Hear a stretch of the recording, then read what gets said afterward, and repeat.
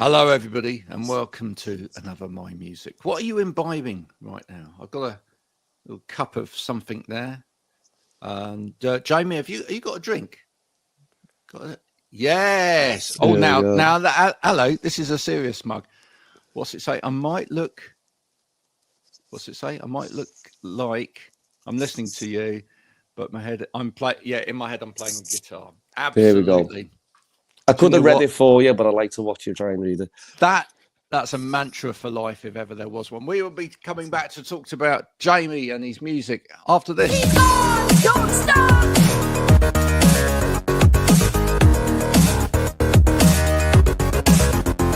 Keep on, don't stop.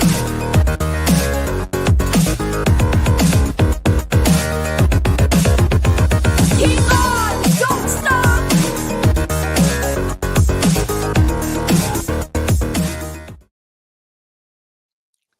So, Jamie, thanks so much for coming on. Thank you for having me on, Graham. I appreciate it. Now, I've been listening to some of your music that you've been putting out there. Guitar, Jamie. I mean, your mug mentions it. Your music's, layered with it. When did you first pick up a guitar, my friend? I was actually about 19. Oh, quite late. Yeah. So I was always a bit of a Scouser scally. Oh, really? And then that's got my first job. That changed me. Met a few people from different backgrounds, and one of my mates was big into guitar, Mike. So we were at a house party one time, and he was playing it. I just thought, looks boss that. And then nice. Yeah, just from there, just started trying to learn it, and it took me a long time with YouTube and stuff. But then eventually I got there. Yeah. What was he playing? I can't remember. He was big. I know there was an A minor because on the night I was like, oh, like teach me something, and like there's a picture of like a really old picture of me like trying to play this chord. But apart from that, I know he was big into the Chili's at the time, Red Hot Chili Peppers. So right. So it might have been a bit. I think like Under the Bridge or something like that. Oh, and it's quite a fingery one where you're like, I'm saying some terrible words here. Sometimes I feel like I have a problem. Yeah, but top tune, yeah. What a great tune. Yeah. And what was it? Can you remember the first thing you learned on the guitar? I remember the first two proper chords I could play was a G and a C. Right. I think it was Fix You by Coldplay. Yeah, that's the first you went one. Straight in for a G and a C. That's actually, I mean, that's good going, actually, isn't it? A G and a C. But they were just above each. Well, it was a G and a C had 9. I better come through that, right. Which is basically just the two fingers that are up, come down. So it's like a simple movements. But then, once you added the D in, even now after playing for over 10 years, you can pretty much play a lot with them 3 chords, can't you? So whack a capo on, change the tuning, and. You could literally just keep going. Yeah. It's interesting. Do you know what? I've never thought about this before, but I ought to do it. I ought to survey people and find out what were the first chords they learned on guitar. Yeah, I bet it's different for everybody, actually. I reckon G's got to be the number one. I'm pretty certain I learned D, A first. Really? Yeah. I think that's more impressive. Really? Yeah, to go from a D to an A. Oh, and I think I went to bar chords pretty damn quickly as well. Yeah, I just went to bar chords really quickly because it's like I loved the fact that once you learnt bar chords, you could literally just move this shape up and down the fretboard and like. See, I do like the bar chords, but I prefer like if you can get an open bar shape. So like normally you leave like the bottom 2 strings ringing out or something. Yeah, I love it when that just gives the guitar such a wholesome sound. There you go. For all you guitar nerds out there, you're enjoying this conversation a lot, an awful lot. What was the first song you wrote? I think it was a song called I Want. Or I Won't. Yeah. I Won't. No, I Won't was the first one that I was like, oh, this is all right. There was one much earlier. And it was something like... what was it about? What's that about then? I Want. I mean, that sounds like every child. I mean, you've got a child of your own now, right? Yeah, That's what every child says all the time, isn't it? I want, Daddy, I want. I think it was something like, it was something cheesy, like I want it all, and it was something about like a girl and wanting like, oh, like, I don't know, you know, just some. Did you have the old Queen song in your head? Like, I want it all. Must have, Probably, yeah. Yeah. Oh, I love that. I was thinking, it was at Old Town, I want it all. That was another one, I don't know if you remember that one. Yeah. Oh, my word. How much of that do you think happens? I mean, I'm pretty certain with a lot of more than people think. I think so. I think a lot of the time you've got a little bit of another song in your head, and you kind of, even if it's subconsciously, I don't think sometimes you realize it, but you like, because you half heard it somewhere before and go, oh, this sounds good. And one of the lads said to me, I don't know if you've heard of Neil Noah. He's another like big musician in Liverpool. And he said it to me ages ago. He went, you know, a good song is when you think you've already heard it before. Yeah, it's true. Because you're like, do I know this? Yeah. Then, when there's a bit of it that you think, is that? Yeah. It's really, yeah. It's like the fishing hook, isn't it? It's like, do I? Absolutely. I mean, I'll tell you a really good example of that. If people want a really great example of that, is Unwritten by Natasha Bedingfield, right?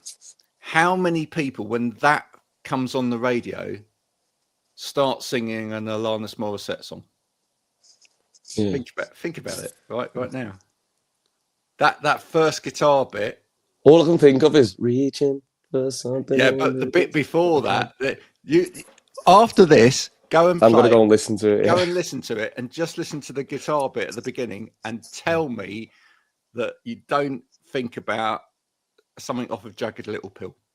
Yeah, but it's not, and it stands in its own right as a great song. No, but that's it, because like when I got heavy into the songwriting a couple of years ago, and I was driving a little Fiesta at the time, and I had a CD player, and it wasn't like the best car or anything. So one of the guys at work would give me a load of CDs, and it Definitely Maybe album, and what's the second one? Definitely Maybe. What's the story? What's the story? Yeah, so he had them two albums, and I just started listening to them back to back. So I put Definitely Maybe on, and I must have listened to it like 8 times before I took the CD out, like the full album.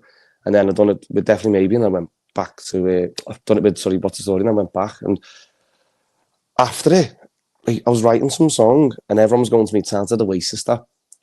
But in my head, it wasn't. In my head, it was just like this new genius song I'd wrote, and everyone was going, "Oh, it proper reminds me of Oasis." Yeah.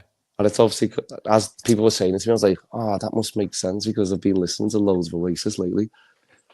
Talking about them, I mean, they're obviously back out into the world. Really, I didn't know. No, you must have missed that one. Oh, there you go. I managed to get in the Guardian newspaper talking about it. Oh, what were you saying?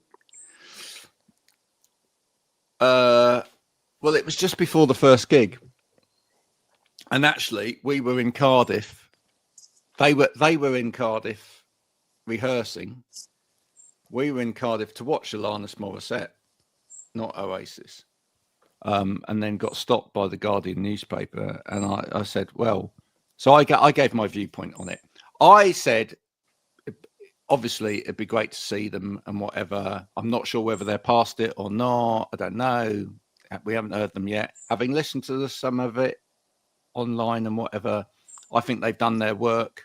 I think they've rehearsed. I think you can tell that as a musician as well. They've put their heads down and they've got on with it, which is good.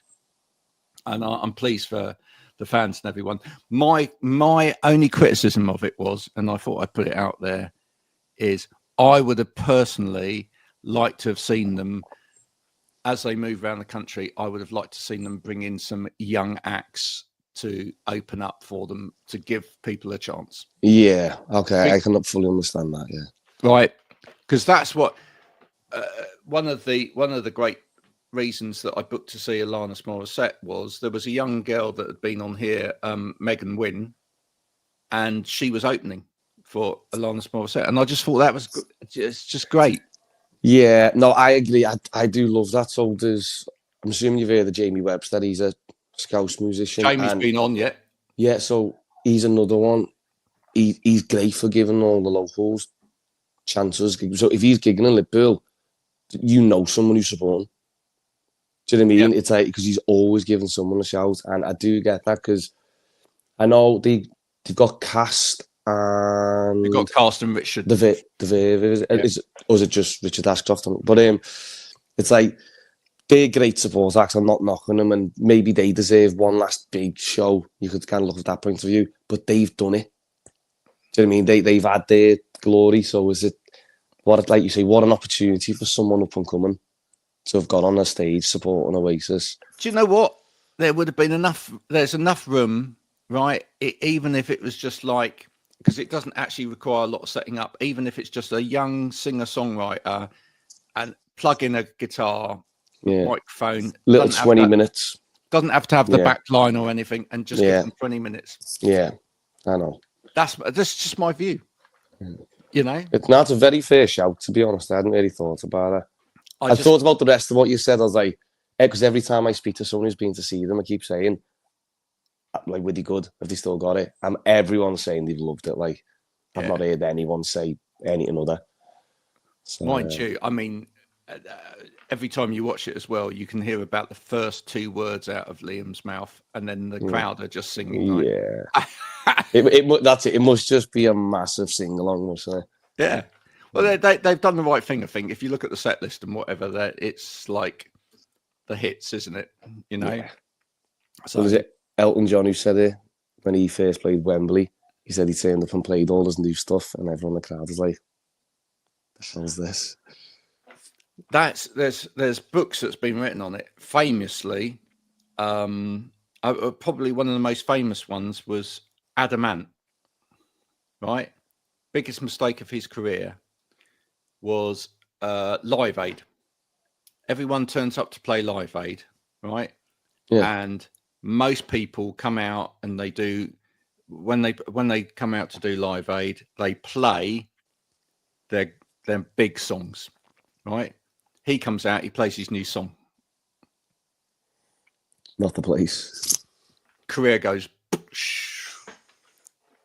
you know? Yeah. It's you got to think, what's the occasion? What what's the expectation here? Read the room. Listen, that's what I do for like a living, Graham. So say I do the cover circuit like 3 or 4 nights a week. And I know lads on the cover circuit who be like, "Oh, I don't play Oasis, or I don't play Jamie Webster, or I'm not playing Jerry Cinnamon." I'm like, you know what? Yeah, you're in a pub on Matthew Street. Do you know what I mean? It's like saying I'm not playing the Beatles. It's like, it's people are here to hear it. That's what your kind of job is. Yeah. But, and it's a well-known fact that, 1 minute past midnight, when everybody's had a load of drinks, that Hey Jude is the only song that everyone knows the words to when they're drunk. Yeah. It's just. Do you know what I mean? It's just... like even what I do, like, because I've never learned the full song. I learned like the first sort of. That's clever. The first verse, and then I just and it blends straight into the nah. Yeah. And to be honest, you do the first bit, Hey Jude, and everyone goes, yeah, and then you see about 80% of the room go, what's the rest of it? It's just kind of like cuts out, and you got like the other 20% who know the actual song. I love that, but it's true. Yeah. It's true. I mean, that's why that's like a Beatles go-to song, isn't it, for things like that? Because as you say, it's got a big la la la, and everybody's like doing all that, and it's like, that's scene, Graham, when everyone's drunk and like they're all hugging strangers and they're all there just singing away. It's great. I love it. You could leave. Yeah. I do. I stop a lot of the time. Go for a pint, have a fag. Go to the toilet. Get me chicken and chips. Come back, and they're still there. Yeah, it's great. Awesome. So where are you headed at the moment? What are you focusing on at the moment? So we started a band. The band situation's weird. So we're fully in a band, but about 2 months ago, I had a headline of the 6th of June, And about 4 weeks before it, I didn't have a band. It was just me, Jake, and Eddie. Who were like, we had a rehearsal room and we were just kind of jamming. And I was like, lads, I've took this headline gig and I kind of want to do it with a band now because we had been creating a band sound. Yeah. So we ended up scrambling to find a bass player and a drummer. I think we had 2 full band sessions. Like Jack, who's one of our guitarists now, he literally come in for 2 sessions, and it was only like one of them was like a full band. And we were like on the fence about what to do, and I was like, let's just go for it. And we absolutely took the roof off. We were buzzing. The event was unbelievable. Like, I don't think if anyone who went there, they'll probably pop up in the comments or whatever, they'll tell you that gig was one of the best anyone's been to. That's what everyone kept saying. And it was like, even for us, we were like, couldn't believe how well it went. So then after it, I was like, yeah, like, this is definitely what we need to do and that. But then the drummer couldn't stay because he had other commitments. And obviously Jack had only done like 2 sessions. So it was almost like starting again a little bit. And then we done a couple of gigs recently. And I don't know whether it was the travel or what. We weren't bad. We were still very good. But in our heads, we were like, that's the standard we've set now. So we're just going to take a few weeks now to really knuckle down on it. And we're back in the studio on Monday, re-recording. We've got the song coming out on Friday, which I'm sure we'll touch on that. And yeah, really going for it now with the full band, like pushing for it, big sound. Cool. Can't wait to see where it's going, to be honest.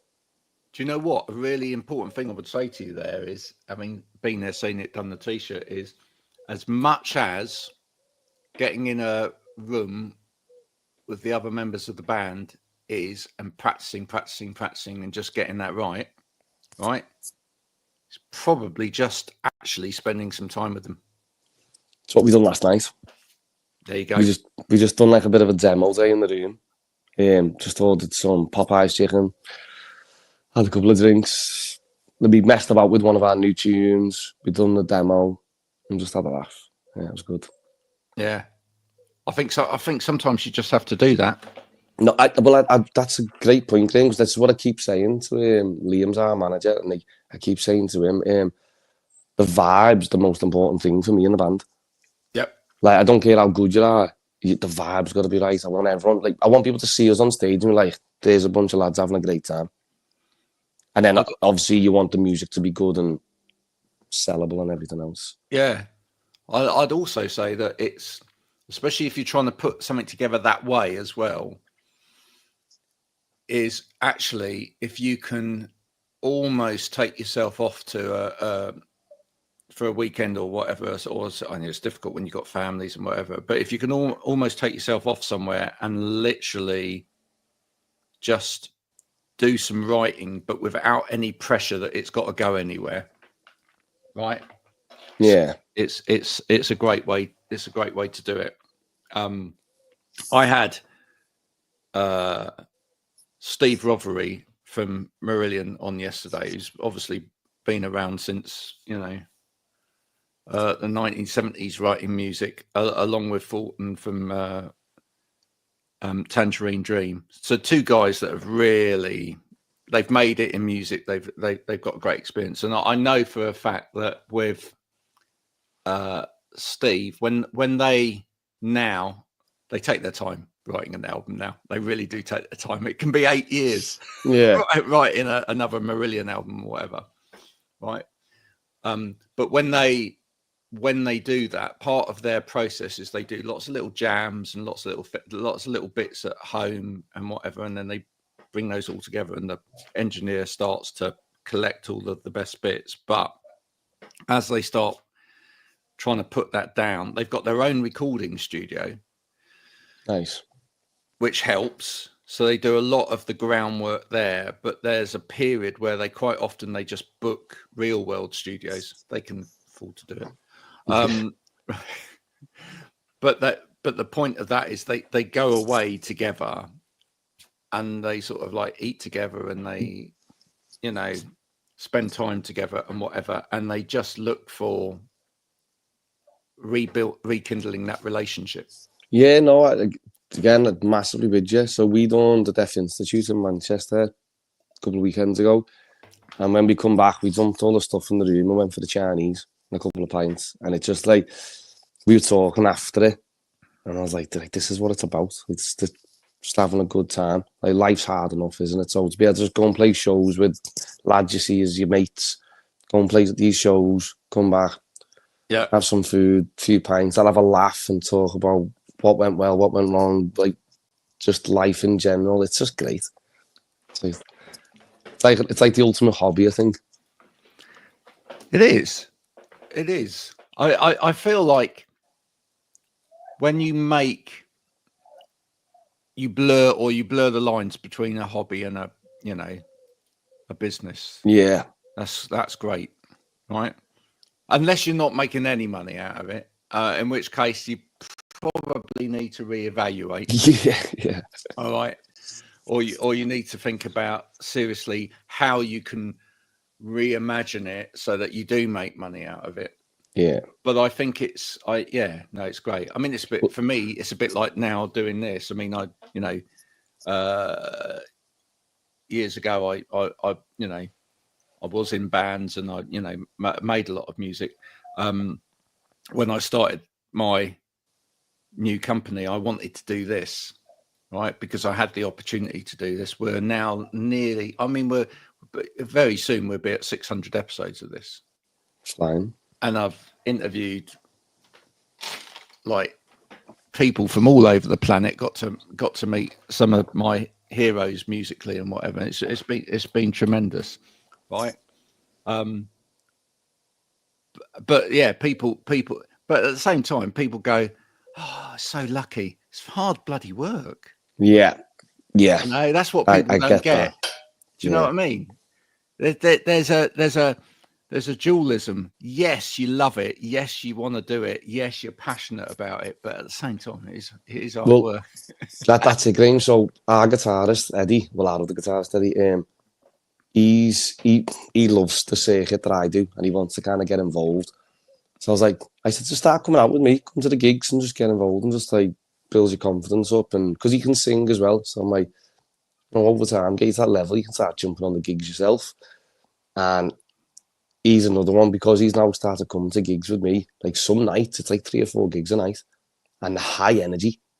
Do you know what I mean? You're talking like 8 hours of music. 3 or 4 gigs a night. Yeah. Yeah, and at the end of them, he's like, Jay, I'm done in. It's like, I know, lad, everyone thinks it's easy. Like even like the shows, like going to Manchester and loading all the gear, and then the whole sort of sound check, and then you have a little break, and then you back up on stage and you do your set. And again, if you're doing it properly, it's high energy. You're giving it your absolute all, and then after it, you're like, there's a come down, both mentally and physically. Do you know what I was going to say? Do you know the hardest bit of all of it, Jamie, is the fact that when you finish, you have to go home and you have to be a husband and you have to be a dad. Yeah. And I'm not saying that's hard because you don't love your wife and you don't love your children, whatever. It's hard because people don't realize just if you give that amount of energy out, right, you come out of that and you're like, if I do a day of doing this, and I have days of doing this, not just this show, but I do other shows as well. Yeah. If I do a whole day of doing this, right, without maybe some writing or whatever in between, I can get to the end of the day and I am like physically drained, because you've just given a lot of energy. I think you've touched on a very serious point there, because it's something I think about a lot in this music industry, the mental fatigue and the mental ups and downs weigh so heavy, and I don't think people talk about it enough. I think it's because we're all musicians, so we think we have a good life and happy-go-lucky and all that, but the reality of it is, it's like you say, I can come home at like 2 a.m. I've had the night of my life musically, I'm absolutely wired and buzzing. You come home and you get in bed and you're like, how am I meant to switch off now and get up and take my son to school, or get up and go to the park, or whatever you're meant to do? It's such a mad mental switch that I don't think people realise. And I say to that people all the time when they're getting into like the music, I go, just prepare yourself mentally, just be strong, because it's going to whip you around the block. Well, talking about Marillion, it's probably not your cup of tea musically, but afterwards, after this, go and listen to a song off, I think it's off the Fear album called The Levers. It will resonate 100%. 100%. The Levers. The Levers. Yeah. I'll have a listen to that. So tell us about your new tune. Peace in Your Sound. It's kind of based on what we've just been talking about. It was my life's just so hectic, which I'm sure, Graham, you'll appreciate this.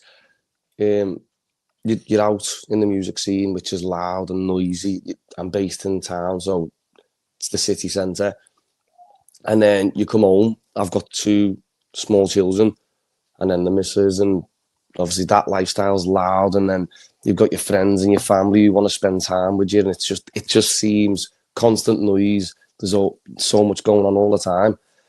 And I just started writing this tune. I don't even, it was one of them where it come in like 20 minutes. It was like, we were waiting to leave the house, and I was like, babe, I've just got to get this song down. I could just feel the energy on it. Yeah. And in fact, the only, I've got, try that again. When I first wrote it, I didn't actually write it down. Oh, sorry, I wrote a note, but I didn't record it. And then when we got in the car, I just made a voice note, a cappella, singing the lyrics, going like, I've just got to get this down before I forget it. And yeah, it's just like a nod to all the chaos in my life, and how once you kind of stop and think about it, I love it. I absolutely love everything in my life, even though it's crazy and loud. That's what makes me happy. That's my peace in life. I love my wife and kids, love me music career. So I love my mates and my family and everything. So what's there to be upset about? It's interesting. Different people are very, very different. I know for myself, my wife, if we go on holiday, for example, right, she prefers nothing more than just sitting there. If we go somewhere hot, sitting there, she'll sit by the pool 6 hours, fine. Just read a book, do nothing, whatever. 20 minutes in, I am fidgeting. I'm completely, I'm like, where are the kids? Oh, they're in the pool. They're in the pool. Yeah, I know, but I might have a go on the slides. I'm like, I'll get in the pool. Well, just relax. No, I gotta, Well, that's it. We love the idea of like, I just want to do nothing. I just want to sit and relax and that. And then they see you start doing it, you're like, I want to go and play my guitar. Or, I want to go and do something. Like, hang on a minute. It's like the pieces in the activities and the sound. I think playing guitar, let's bring it right back to the beginning. I think sometimes for people, and for people that have never picked up a guitar out there, just want to encourage you. If you're the kind of person whose mind never stops, maybe think about picking up a guitar or an instrument if you've never done it before. It's like therapy, isn't it, Graham? It's such a honestly beautiful thing. When you will get people in your family and whatever going, oh, could you stop playing that over and over? And you'll get people going, yeah, you've been on that guitar for 2 hours now, right? Yeah. But do you know what? That 2 hours for you probably seemed like 5 minutes. Yeah. Like, you'll probably remember then, Graham, when you first start learning that you can like 3.5 hours on the guitar, and it just goes. I honestly, I was really lucky when I first started on the guitar. I'd been a singer in a band for years at that point, because I started at 14, and it wasn't until I was, I think, 21 when I first started playing guitar. But I was really lucky because I was at a point I'd just finished my exams or whatever. I was staying up in Sunderland, and I just had the summer to whatever, and I was spending like 6 hours a day playing guitar. Yeah, it's like, what have you done today? I've sat here.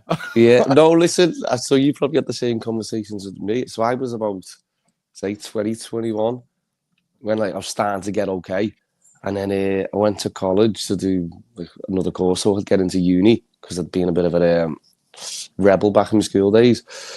So I got to uni, and my attendance was like 50% because all I wanted to do was sit home and play guitar. And everyone used to moan, going, "Oh, you're wasting this, you're wasting that." And they were right at the time, but now it's my job. So it seemed like a good investment now, spending them 4 or 5 hours a day rather than going to university, sitting at home playing guitar. Because I just got addicted to it. I just loved it. I don't know. Kids, if you're listening right now, and it's not good, don't do it. Okay, just don't listen to Uncle Graham and Jamie. Right? It's not good. If you're at university, study. don't waste your time. Do you know what? It kind of reminds me.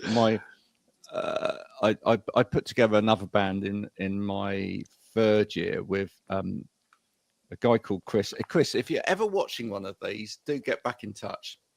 And he was a fantastic guitarist, really great. Did a lot of very fine stuff. He loved things like Durante column and whatever, and he did a lot of jazzy stuff as well.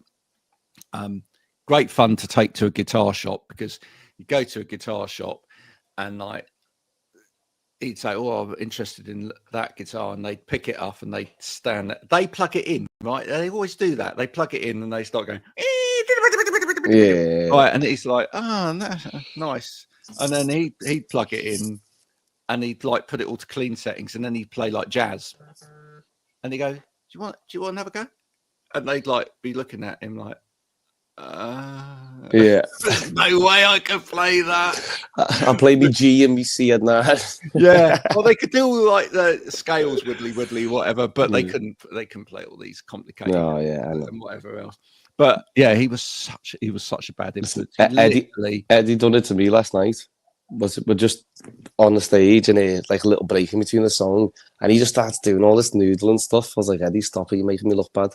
Yeah, but seriously, just finally, he literally, he would get to the start of the new sort of term or whatever. Whenever we got the grant money in back in the day, and he'd go, "Right, we're going guitar shopping," and he'd literally blow his student grant money on a new guitar every time. Yeah. So, oh look, I can't eat for the next 6 weeks, but I have got a new episode. Yeah. Look at that. Yeah. Nice. I know lads like that now, to be honest. So there we go. Listen, it's been an absolute pleasure meeting you, Jamie. And you're saying, great, mate. Absolutely easy talk. Great. Cheers, buddy. Folks, do go and check out Jamie's music. And if you go and see him live, or you've got an opportunity to go and see him live in and around the Liverpool area, please do. You know, support your local musicians. One day, they might be the musicians that you're going to pay an absolute fortune to go and see at some, venue like Wembley or whatever. But it's so much better if you can go and see them now. That's it. Catch them on the rise, innit? Catch people, early on. It really makes a difference. I remember actually talking about Oasis. I remember actually not being able to go to an Oasis concert right back in the day when they came to play Bedford, and it was 11 quid a ticket. £11 a ticket. I should have gone. Should have gone. See, don't be a Graham. Don't be a Graham. Whatever that was fundamentally meant to be more important that evening, I should have blown it off. But then there's been other bands that I've been to see for sort of tenor or whatever that have then ended up at places like Wembley Stadium. You got to go. Yeah. There was a famous gig in Liverpool quite a few years ago now, like probably about a decade or so ago, and it was a Kings of Leon, Catfish and the Bottlemen, and I can't remember, and someone else all on the same bill in like a venue that holds like 150 people or something. Yeah, for like a fiver or something. Yeah. Mad. Yeah, it's just, Mad. Jamie, thank you so much. Folks, this has been Jamie Higgs. Do go and check out his music. We will put some links to his music in and around this as it goes out. We will be back soon with more of my music. Until then, from Jamie and me, look after yourselves. Bye for now. Cheers.